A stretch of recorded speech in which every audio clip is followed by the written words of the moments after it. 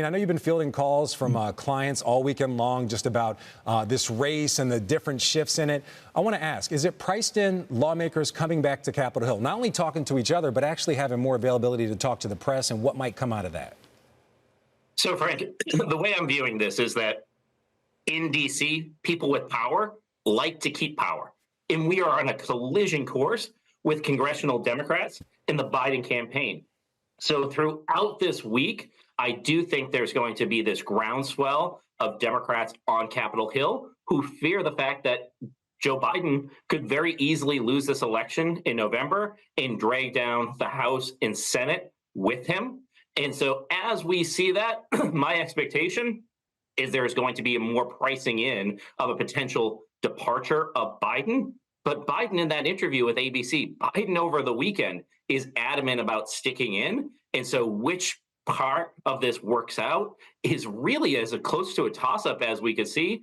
And so if Biden stays in, I do think the market starts pricing in a higher probability of the different agenda items in 2025 of former President Donald Trump.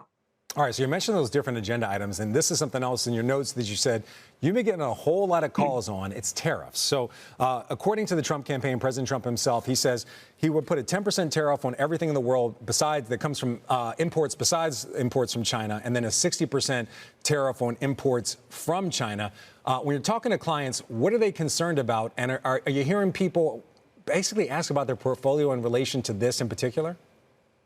Well, I think they were concerned about two things. One, when we go back to the first Trump administration, when we had those trade fights with China, multiple times the S&P 500 was off more than 20%. Yes, the market was up over the course of the Trump presidency, but there was a lot of volatility tied to the trade agenda. Number two, there's a question of when you add the tariffs to an immigration policy, an extension of the Trump tax cuts from 2017, more concerns about a second wave of inflation. How will the bond market react to that? What will the Fed be able to do on monetary policy? So I spent a week in Europe recently.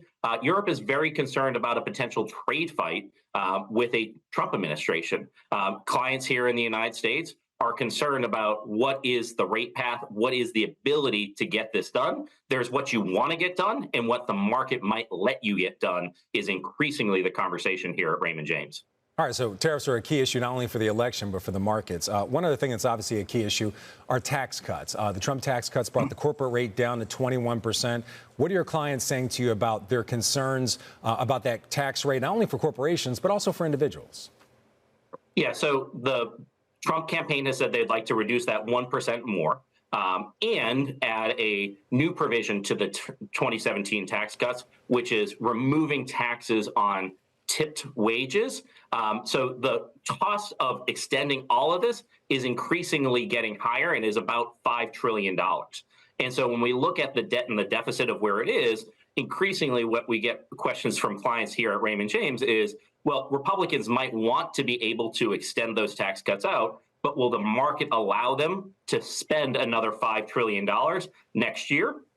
I think Republicans will attempt to do that pretty quickly, actually, especially if they get a Republican sweep, which we upgraded our odds to about a 45% chance this morning, the most likely scenario at this time from a market perspective. So there are winners from those tax cuts, but there is also potential concerns from those tax cuts from clients here at Raymond James.